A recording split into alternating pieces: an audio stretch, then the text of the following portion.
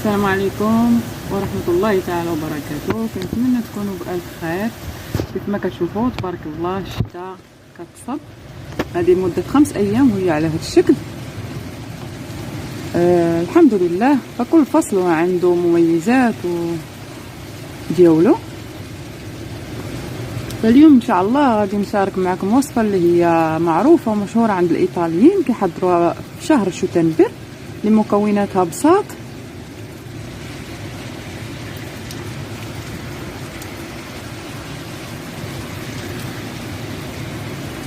ندوزو المكونات.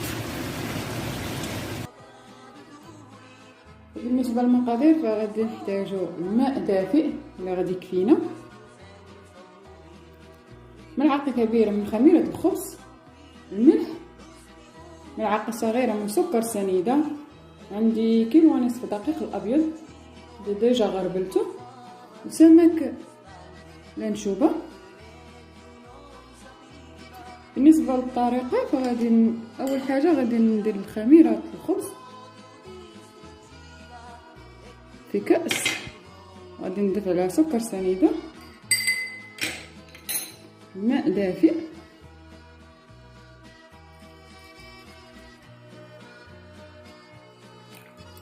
غادي نخليها حتى تتفاعل ونرجع معكم.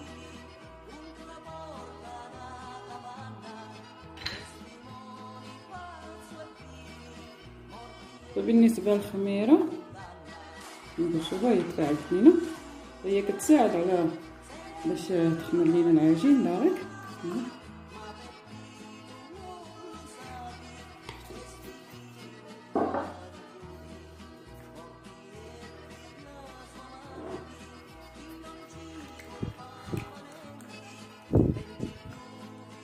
غادي نضيف الدقيق. بالنسبه للمقادير فهو كيبقى على حساب عدد الاشخاص ولا على حساب داكشي اللي بغيتي.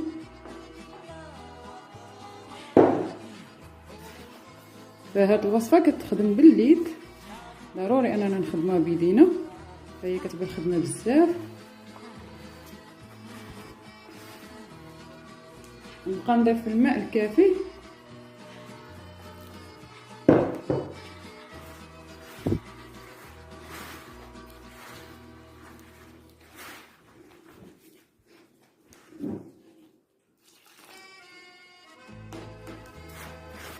فهي كتجي خدمتها مرخوفه بزاف.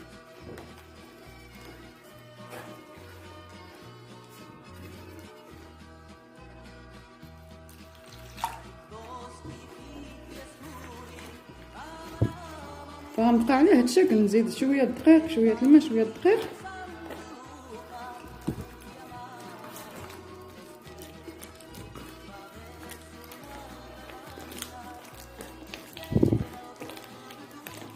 هذه كتبغي تخدم على هاد الشكل، نجمعها بحال هكا بيدينا على هاد الشكل. غادي نضيف الملح،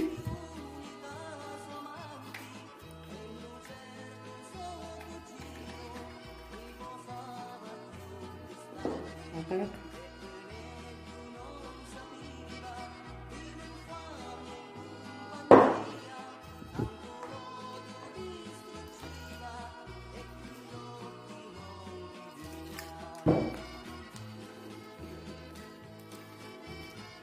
غنبقى على هاد الشكل حتى نكمل الدقيق كامل.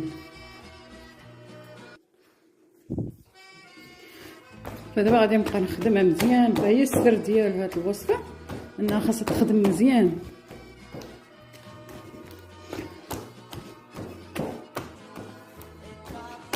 كنبقى على هاد الشكل مده 10 دقائق حتى كيعرض لينا الخليط على هاد الشكل، خيط واحد. ودابا من بعد ما كملتها غادي نديرها هنايا. خاصنا نديروها في واحد الحاجه اللي ما يدخلش لها الهواء نهائيا.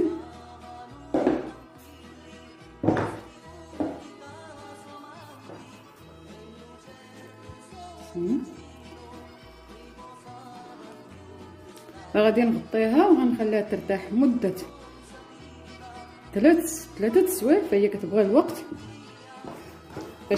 باش كتجينا احسن. فضروري ما نغطيوها مزيان مزيان مزيان، ما نخلوهاش يدخل لها الهواء نهائيا.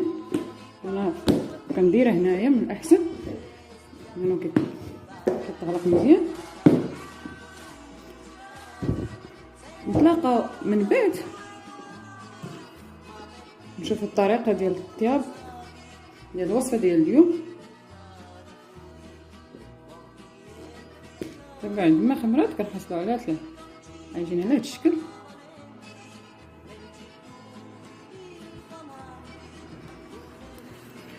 فغادي نقسمو على جوج العجين، لان النصف غادي نديرو بسمك لانشوبه، النصف الاخر غادي نخليه عادي.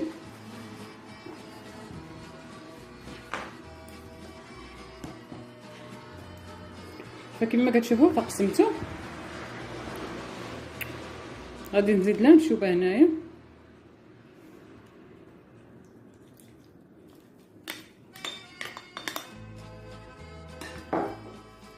وغادي ندخلها في العجين.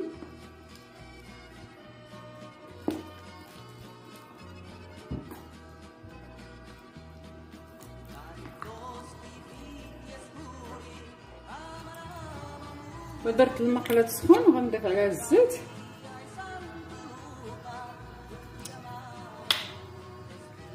فخاصنا نقلوه في الزيت يكون سخون.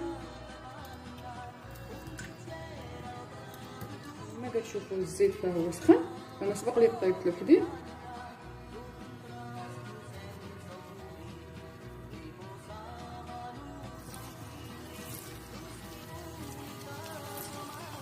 نبدا نقيلي بشويه ديال الزيت.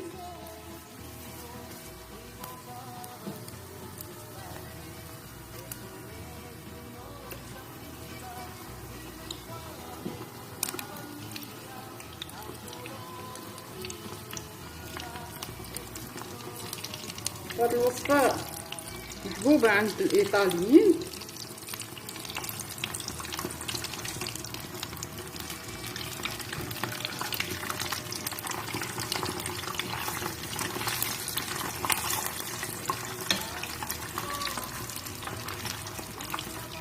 هي كتبغي الزيت نكثروا من الزيت، كما بغينا نديرو ندهنو يدينا بالزيت.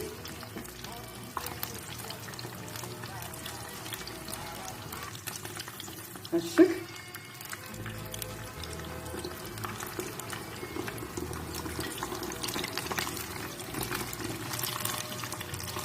غادي نقطع على هاد الشكل. ضروري ما نحركوهم ندوروهم.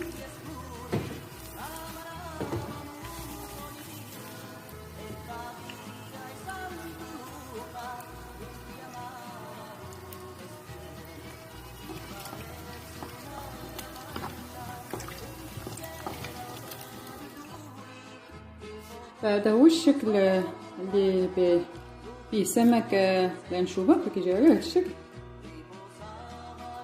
ودابا درت مقله اخرى غندير فيها الزيت جديد باش نقلي الباقي ديال العجين اللي بقى عندي، فهو بدون سمك.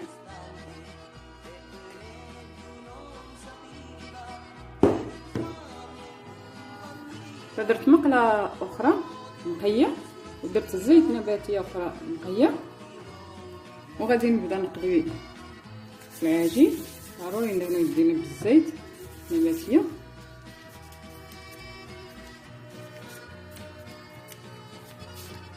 على هذا الشكل.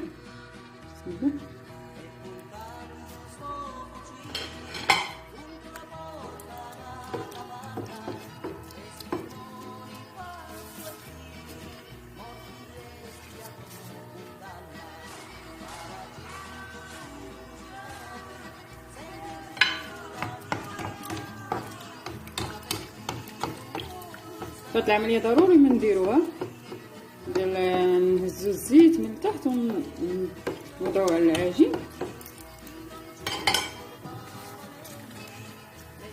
حتى هما غادي نخليهم حتى ياخذوا الشكل الذهبي.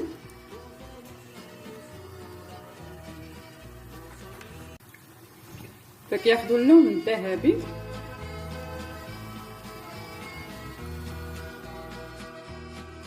هذا هو الشكل النهائي من بعد ما كملتهم في القلب. وهما كيجيو على هذا الشكل. بالنسبه اللي بدون سمك فكنضيفوا لهم العسل. بالنسبه للمنظوفه حنا عندو العسل، فكيف ما يكمل القلي ديال العجين اللي بدون سمك يمرمدو في سكر سنيده باش يلصق السكر. فهما كيجيو رائعين.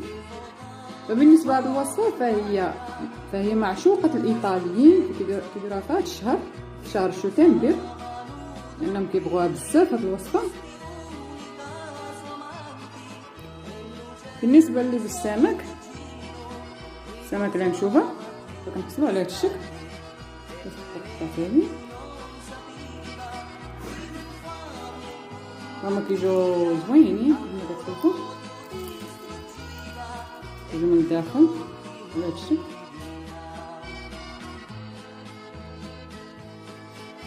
كما كتشوفوا انا حصلت على شكل باطه اثناء الطبخ. كنتمنى من الفيديو ديال اليوم ينال اعجابكم، نكون ما طولتش عليكم في الشرح. نتلاقاو في فيديو اخر ان شاء الله مع وصفه اخرى ان شاء الله. وشكرا لكم على المتابعه وعلى كل الرسائل اللي كتخليو. فالى اللقاء.